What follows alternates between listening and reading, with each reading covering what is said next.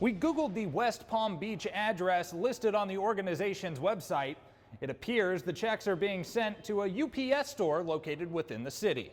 The ruling all but guarantees felons with outstanding legal financial obligations will not be able to vote in November. An appeal to the U.S. Supreme Court would have to be ruled on before the October 5th registration deadline. Lawmakers will forego the traditional sine-die ceremony after voting on the budget Thursday.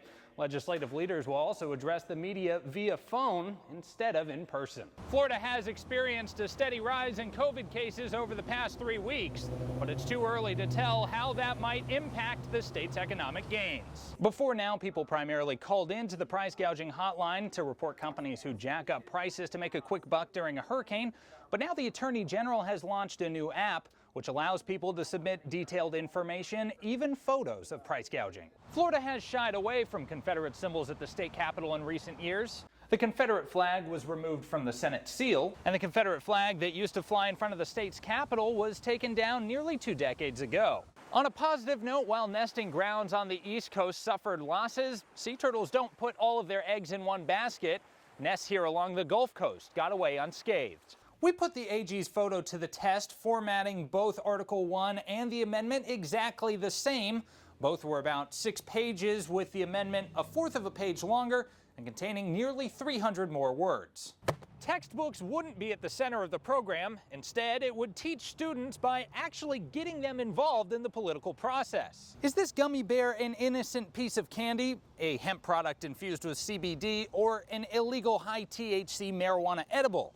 Well, in this case, it's just a piece of candy we purchased from the gas station, but that's the dilemma facing police.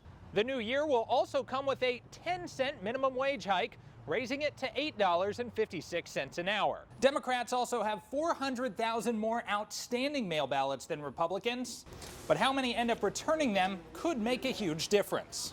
If your tree does happen to light, every second counts. Once you hear the smoke alarm, you generally only have 1 to 3 minutes to make it out safely. The police reform bill is currently being held up in the House by the prime co-sponsor of the anti-rioting legislation. Likewise, the anti-rioting bill is being held up in the Senate by the sponsor of the police reform bill. There's 3 primary ways of responding to the census. You can return your form via mail. You can also respond via phone, and for the first time ever, you can respond online. The POW MIA Memorial will be added to the existing Florida Vietnam Memorial, and it won't cost taxpayers a dime, as the Big Bend Chapter 96 of the Vietnam Veterans of America has offered to pick up the tab. I don't know. For timber farmer Matthew Stokes, the 1-year anniversary of Hurricane Michael conjures up painful memories. Thinking of those 3 or 4 hours we spent in the tub, sweating with the power off, waiting for it to pass. And when the wind subsided, The whole world changed. the biggest hit was to Matthew's tree farming company. They're handy. Using a drone, Matthew shows us the damage to 1,000-acre plot. It's just getting more and more expensive every day, it seems like, but we're trying to go forward and get good growth out of our trees. His company owns 45,000 acres across 6 counties. We're well up over $30 million worth of lost timber on the stump. The timber industry took a $1.3 billion hit from Michael. And unlike other crops, timber is essentially uninsurable. Even worse, for many, it's essentially a living 401k. I've talked to a lot of people who said, you know, this was my retirement plan.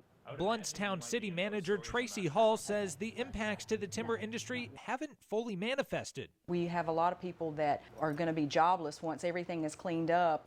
Matthew says government reimbursement could help, but at the end of the day, There's no silver bullet. We're just going to have to work through it and do the best we can. Matthew estimates replanting and regrowing his crop will take between 12 and 15 years, but it could take even longer, depending on what level of assistance the federal government agrees to provide. Reporting in Blountstown, I'm Jake Stofan. Safety protocols were tight here at the state EOC. Oh, that's for me, so Reporters were given a rapid test before entering,